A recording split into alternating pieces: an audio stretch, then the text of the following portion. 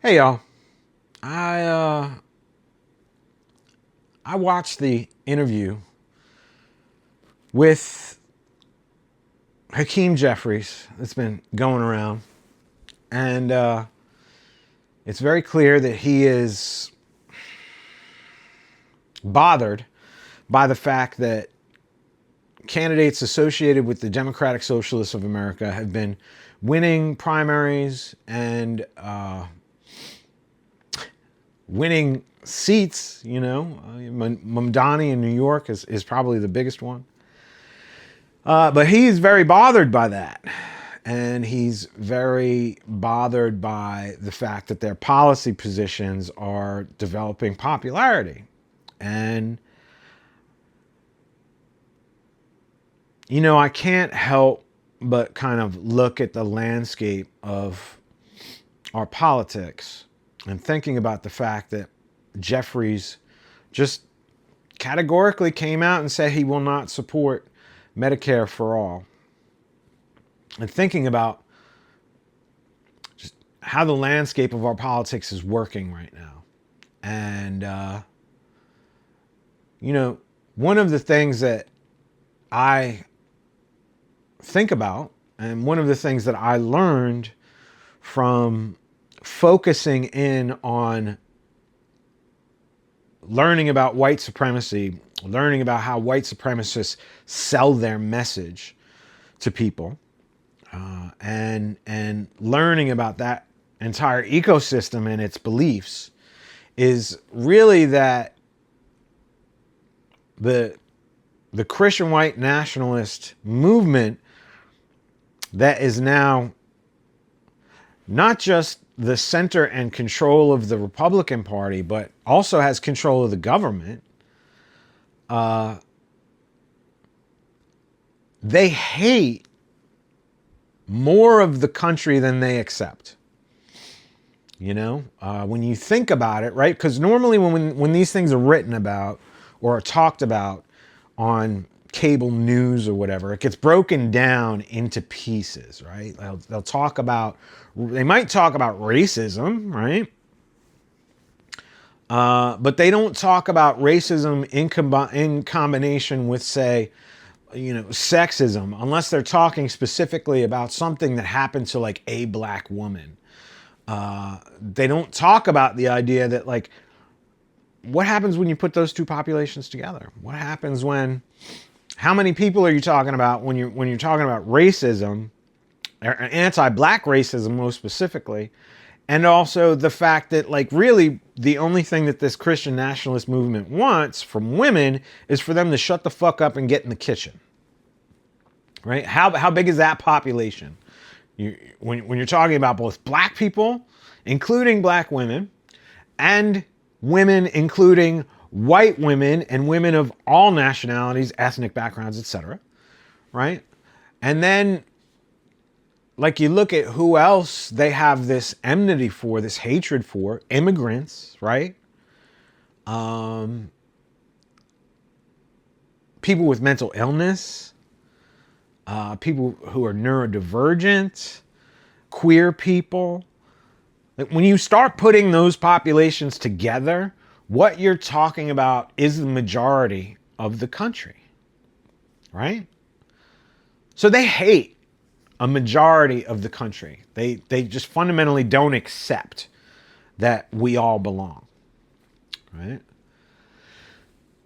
And you have to wonder, like, how do you how is it possible to think that you can achieve any kind of cohesive society, any kind of society that holds together, when that is the case, when the people in power hate more of the population of the country than they actually accept, right? What is that?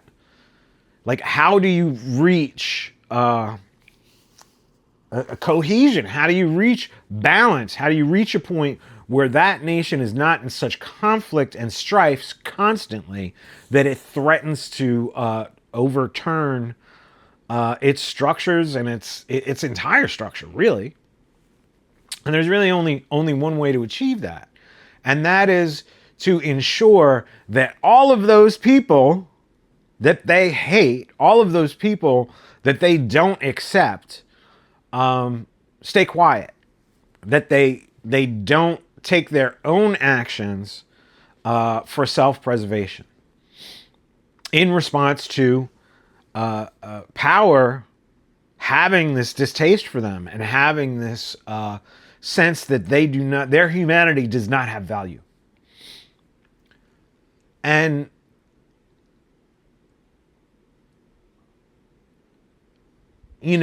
that's not something that you see being talked about in our newspapers. You have these people. Supposedly, the press is supposed to be here to help keep us informed about what's happening that's important, right? The things that we should be giving our attention to that are affecting our lives, or are going to affect our lives, that are going to change the structures and the nation, really, right? Our culture, our society. But they don't talk about that. Right? They're not talking about the fact that we now have a minority in the nation and in power who hate, fundamentally do not find any value in the humanity of the majority of the population. They don't talk about that. And I think, it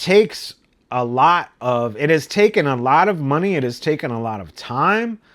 It has taken a lot to focus us as a nation on not seeing that, and to focus us on these other things. Like, we have right now concentration camps. That's what those ICE facilities are. They're concentration camps.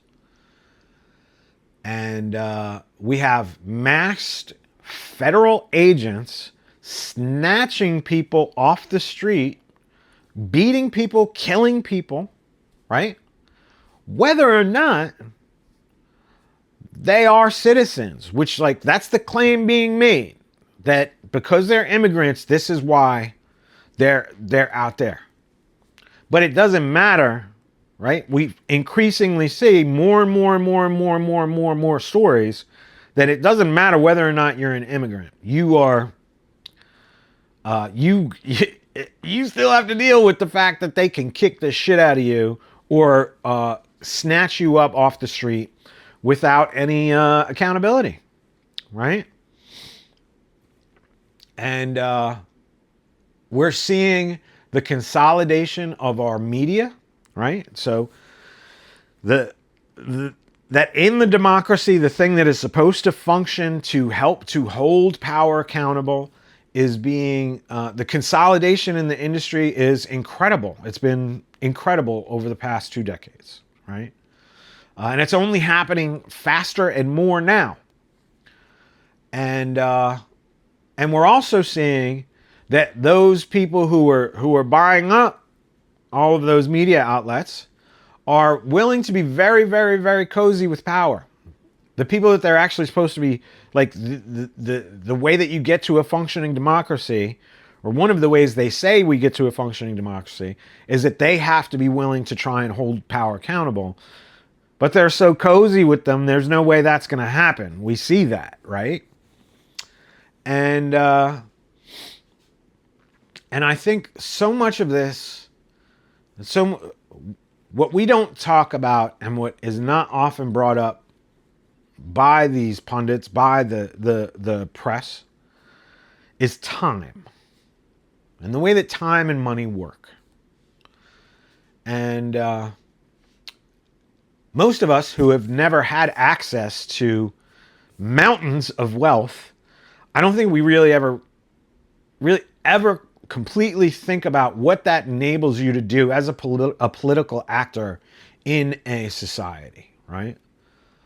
So first and foremost, most of us average people, most of us working people, We literally do not have time to be educated in all of the things that are affecting our lives related to politics, related to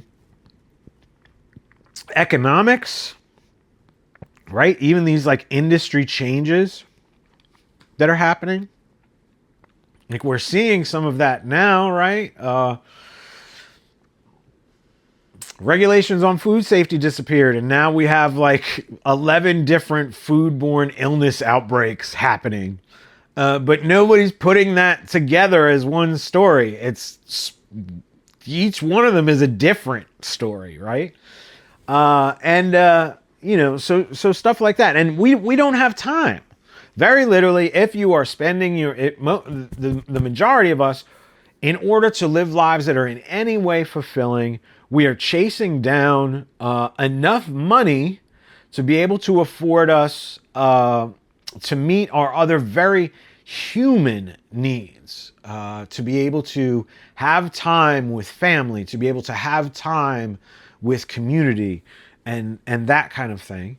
And to be able to have like some form of like leisure and like a break from the pressures of chasing down money and the pressures of what's going on in the world and all of that. So in order to be fulfilled, like somewhat healthy human beings, we literally do not have time to both work and do the rest of what we have to do to be healthy human beings and also be educated as a populace in a way that is necessary for a democracy.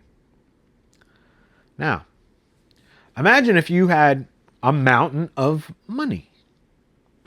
What does that money do? One of the things it does is it frees up an incredible amount of time, an amount of time that most of us can't actually understand, right? So what if you didn't have to worry about doing the laundry? What if you didn't have to worry about cooking? What if you didn't have to worry about, taking your kids to and from school? What if you didn't have to worry about doing the dishes? What if you didn't have to worry about cleaning your house, mowing your lawn?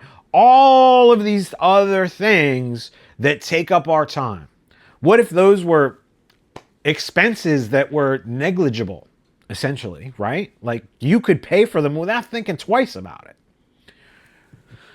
And then you also had enough money to learn as much as you can about how all of these systems work, about how to affect them in the way to get what you want with that extra time, right? Because that's part of what that time frees up.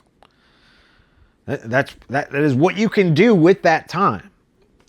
And then, so you can start to learn about these systems. Not only can you start to learn about them, but you can also employ people who are educated specifically in how to do that, right? You can employ PR people, you can employ policy people, you can employ all of these different, right? You can employ an army of people to get you what you want. And I think about Hakeem Jeffries coming out and saying that he is categorically just saying he will not support Medicare for all. And the only thing that I can really see is that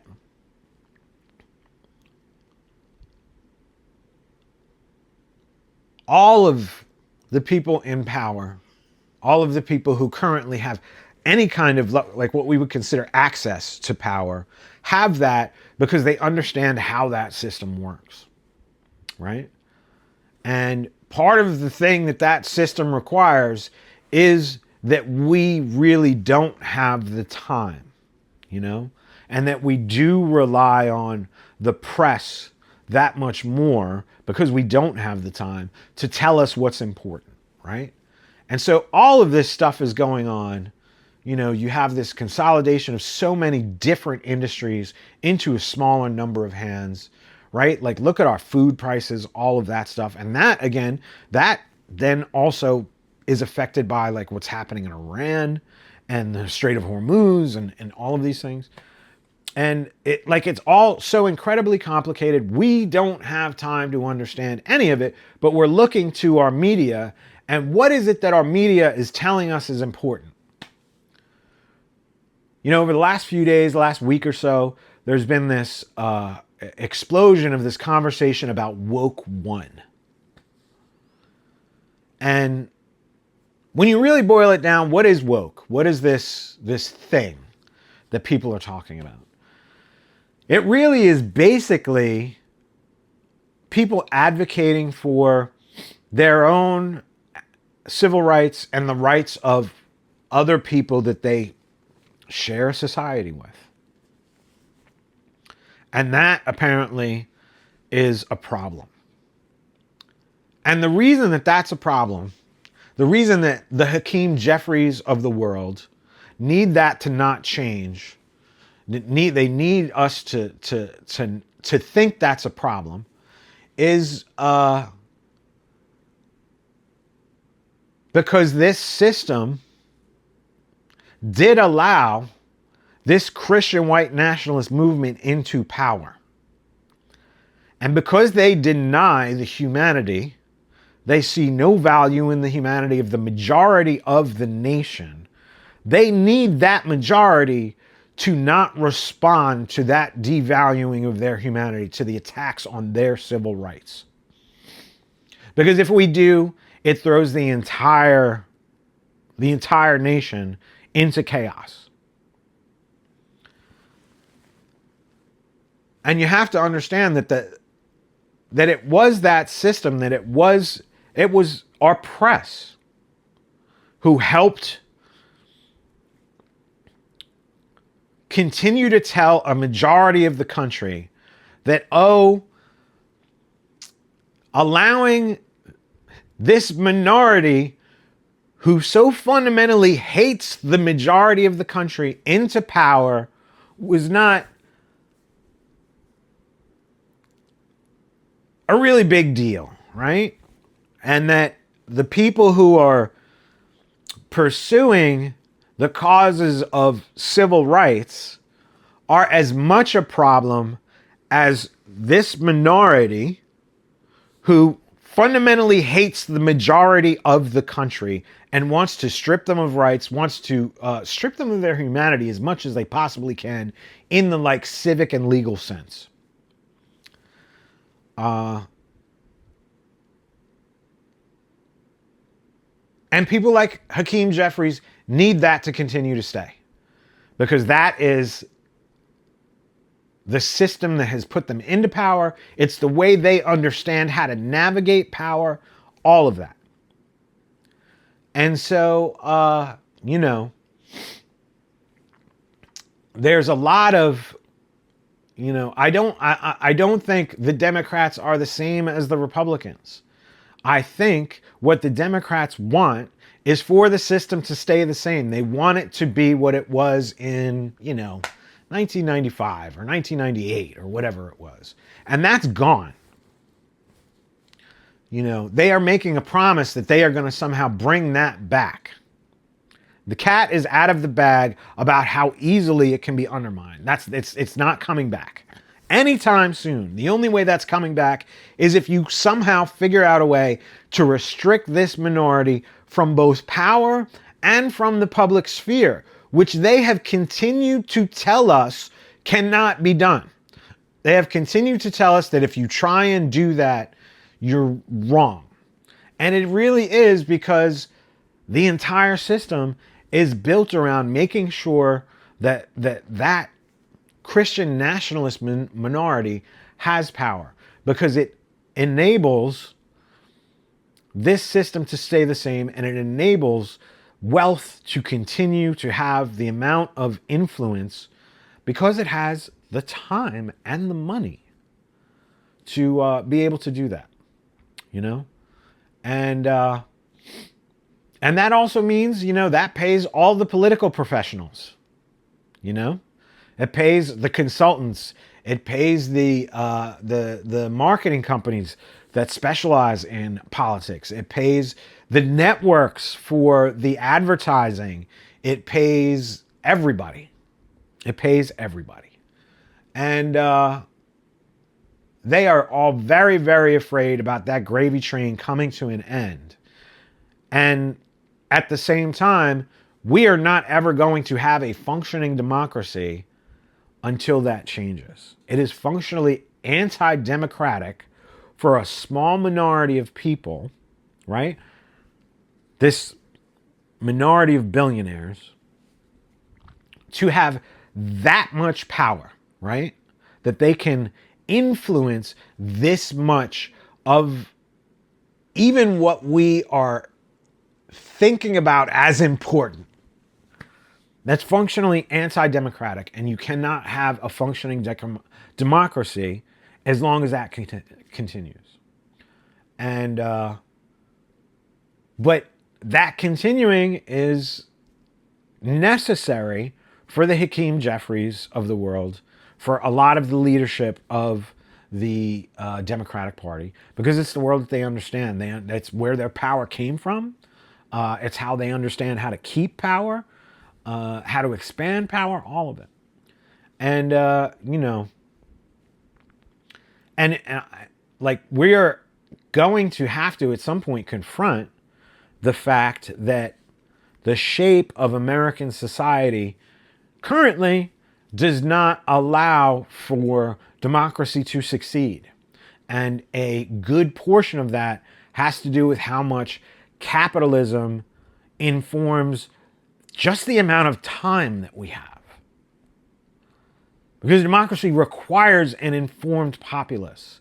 We cannot be an informed populace continuing to spread our time the way that capitalism currently demands. Because it allows not just for the armies of people that the wealthy can employ to do all of this, to influence what we think is important, to feed us disinformation. But it also it doesn't allow us the time to inform ourselves. And when the media environment is so thoroughly influenced by who has enough money to influence it, like you've reached a fundamentally anti-democratic system. And so you can't keep saying we're going to preserve democracy by keeping things the same, or we're going to preserve democracy by going back to 1998, because 1998 is very directly what got us here. Because it was as anti-democratic at the time, there just had not come along enough people to realize how to exploit the lack of democratic structure within it. And now they have, and they worked a long time to get there. They really did. And, and that's part of the whole, like, oh, I want to go back to 1998 when Republicans were sane. It was like, they weren't sane. They were just working to get here, and now they succeeded, and, and now we have a minority of the country in power and, running roughshod over every democratic norm to devalue democracy and the humanity of the majority of the nation. So